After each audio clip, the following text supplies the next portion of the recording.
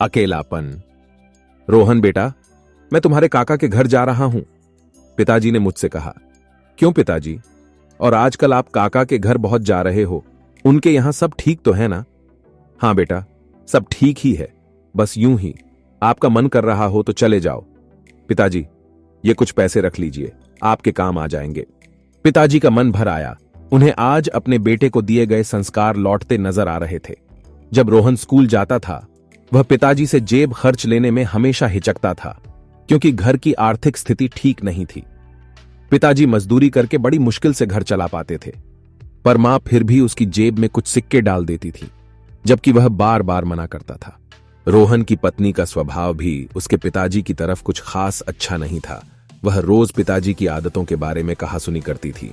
उसे ये बड़ों से टोका टाकी पसंद नहीं थी।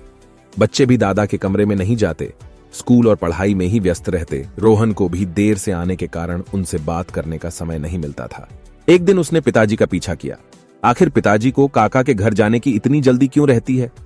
वह यह देखकर हैरान रह गया कि पिताजी तो काका के घर जाते ही नहीं हैं। वह तो स्टेशन पर एकांत में शून्य में देखते हुए एक पेड़ के सहारे घंटों बैठे रहते थे। तभी पास खड़े एक बुजुर्ग जो यह सब देख रहे थे, उन्होंने कहा, बेटा क्या देख रहे हो?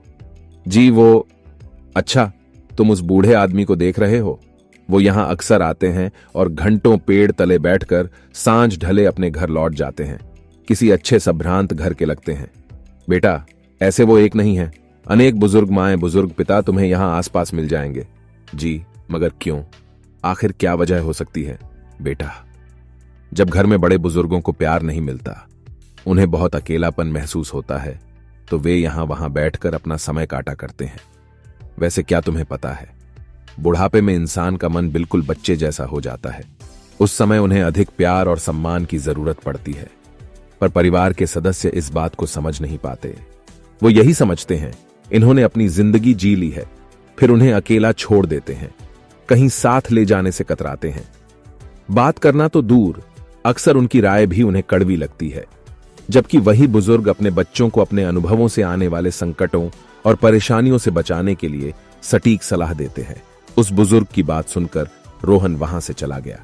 घर लौटकर रोहन ने किसी से कुछ नहीं कहा। जब पिताजी लौटे, मोहन घर के सभी सदस्यों को देखता रहा। किसी को भी पिताजी की चिंता नहीं थी। पिताजी से कोई बात नहीं करता, कोई हंसता खेलता नहीं था, जैसे पिताजी का घर में कोई अस्तित्व ही ना हो। उसे परिवार में पत्नी, बच्चे सभी पिताजी को इग्नोर करते हुए दिखे। सबको राह दिखाने के लिए आखिर रोहन ने भी अपनी पत्नी और बच्चों से बोलना बंद कर दिया। वो काम पर जाता और वापस आता, किसी से कोई बातचीत नहीं। बच्चे पत्नी बोलने की कोशिश भी करते तो वह भी इग्नोर कर काम में डूबे रहने का नाटक करता। 3 दिन में सभी परेशान हो उठे। पत्नी बच्चे इस उदासी का कारण जानना चाहते थे। रोहन ने अपने परिवार को अपने पास बिठाया, उन्हें प्यार से समझाया कि मैंने तुमसे 4 दिन बात नहीं की तो तुम कितने परेशान हो गए। अब सोचो, तुम पिताजी के साथ ऐसा व्यवहार करके उन्हें कितना दुख दे रहे हो। मेरे पिताजी मुझे जान से प्यारे हैं, जैसे तुम्हारी मां। और फिर पिताजी के अकेले स्टेशन जाकर घंटों बैठकर रोने की बात छुपा गया। सभी को अपने बुरे व्यवहार का खेद था। उस दिन जैसे ही पिताजी शाम को घर लौटे, तीनों बच्चे उनसे चिपट गए। दादाजी, आज हम आपके पास बैठेंगे, कोई किस्सा कहानी सुनाओ ना। पिताजी की आंखें भीग गईं।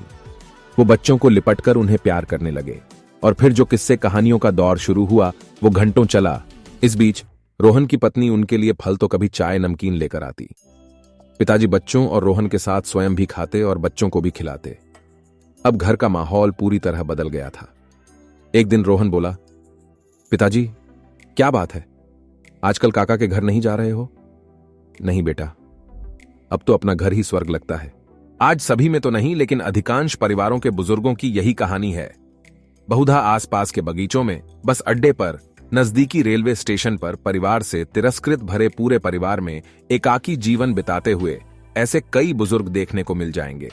आप भी कभी न कभी अवश्य बूढ़े होंगे ही, आज नहीं तो कुछ वर्षों बाद होंगे। जीवन का सबसे बड़ा संकट है बुढ़ापा। घर के बुजुर्ग ऐसे बूढ़े वृक्ष हैं जो बेशक फल न देते हों, पर छांव तो देते ही हैं।